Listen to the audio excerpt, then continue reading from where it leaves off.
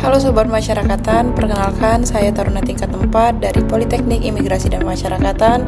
Nama Amanda Tasya Sasabila. Pada kesempatan kali ini, kita akan membahas tentang politik hukum dan pemasyarakatan.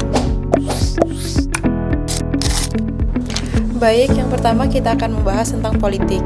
Politik itu sebenarnya sederhana. Ada beberapa penelitian menurut para ahli, salah satunya adalah menurut Roger F. Soltau. Dia mengatakan bahwa politik itu ilmu yang pelajari tentang negara dan lembaga-lembaga yang akan melaksanakan tujuan dari negara tersebut. Adapun ruang politik antara lain, yang pertama adalah teori dan sejarah ide-ide politik, yang kedua adalah lembaga politik, yang ketiga adalah partai politik, dan yang terakhir adalah negara itu sendiri. Tujuan dari politik itu sendiri yaitu jelas, yaitu yang pertama untuk kesejahteraan nasional, yang kedua untuk keadilan, dan yang terakhir adalah untuk stabilitas sosial. Setelah kita mengetahui tentang politik, lalu kita akan menjelaskan tentang hukum. Hukum itu adalah aturan yang mengatur tentang kehidupan kita.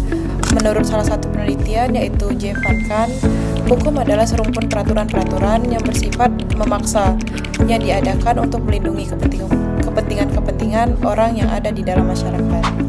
Setelah kita mengetahui tentang hukum, adapun ruang lingkup hukum terbagi atas beberapa hal. Yang pertama adalah berdasarkan sumber formalnya. Ada hukum undang-undang, hukum kebiasaan atau hukum adat, traktat, perjanjian, dan doktrin. Lalu berdasarkan isi dibagi atas hukum privat dan hukum publik. Adapun dibagi berdasarkan kekuatan dan sifatnya terbagi atas hukum maksa dan hukum mengatur. Adapun hukum dibagi atas waktu berlakunya, yaitu berlaku pada tempat sekarang atau waktu tertentu dan berlaku pada masa yang akan datang. Lalu hukum berdasarkan bentuknya terbagi atas tertulis dan tidak tertulis. Artinya hukum itu ada supaya hidup kita lebih tertib dan aman. Tujuannya yaitu yang pertama untuk ketertiban, yang kedua untuk keadilan, dan yang terakhir adalah untuk kepastian hukum. Tanpa hukum, pasti negara kita akan kacau. Setelah kita menjelaskan tentang politik dan hukum, sekarang kita masuk ke politik hukum. Politik hukum ini adalah gabungan antara politik dan hukum. Menurut Mahfud MD, politik hukum itu adalah kebijakan negara dalam menentukan hukum. Adapun ruang lingkup politik hukum itu sendiri, yaitu yang pertama adalah pembentukan hukum, yang kedua perubahan hukum, yang ketiga adalah penerapan hukum dan penegakan hukum. Jadi, negara itu sendiri yang menentukan hukum apa yang dibuat dan bagaimana bisa diterapkannya.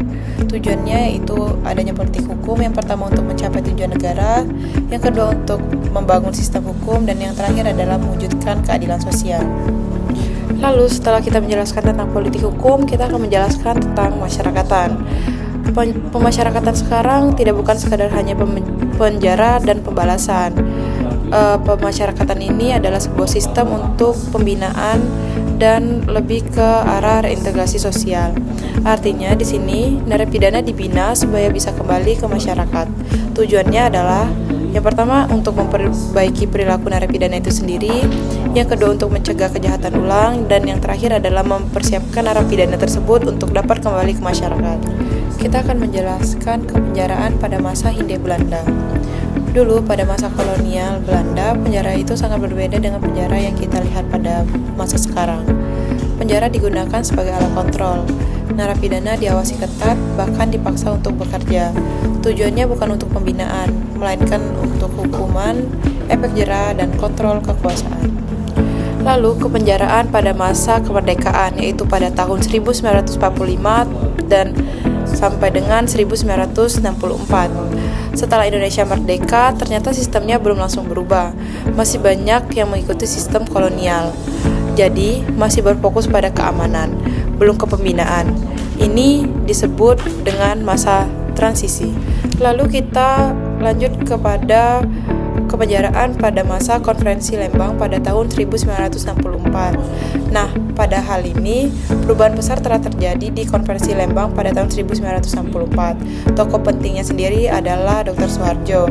Di sini konsep penjara belum berubah total, namun telah berubah dari hukuman menjadi pembinaan, dari narapidana menjadi manusia yang dibina.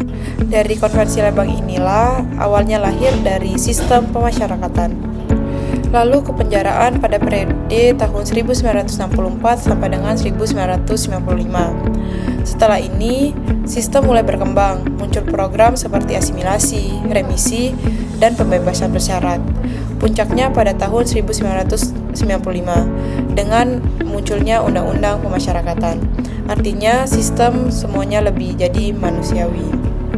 Pada akhir tahun 2025, Kementerian Imigrasi dan Pemasyarakatan mengeluarkan 15 program aksi, salah satunya yaitu tentang ketahanan pangan yang ada di lembaga pemasyarakatan. Di dalam lembaga pemasyarakatan ada program yaitu ketahanan pangan, yang mana biasanya memanfaatkan lahan-lahan tidur yang tidak berguna sebelumnya. Banyak hal yang dapat dilaksanakan pada program ketahanan pangan ini, misalnya bercocok tanam, berternak, dan perikanan. Lalu manfaatnya adalah yang pertama untuk memenuhi kebutuhan makanan, dan yang kedua adalah untuk melatih skill narapidana agar berguna nanti pada saat proses reintegrasi sosial narapidana. Jadi kesimpulannya, sistem penjara di Indonesia ini sudah mengalami perubahan yang sangat besar. Dari awalnya yang keras dan represif, yaitu retributif, sekarang jadi lebih humanis dan berorientasi pada pembinaan dan pemulihan. Sekian, saya Taruna tingkat 4 Amanat Tasya Salsabila. Atas perhatiannya saya ucapkan terima kasih.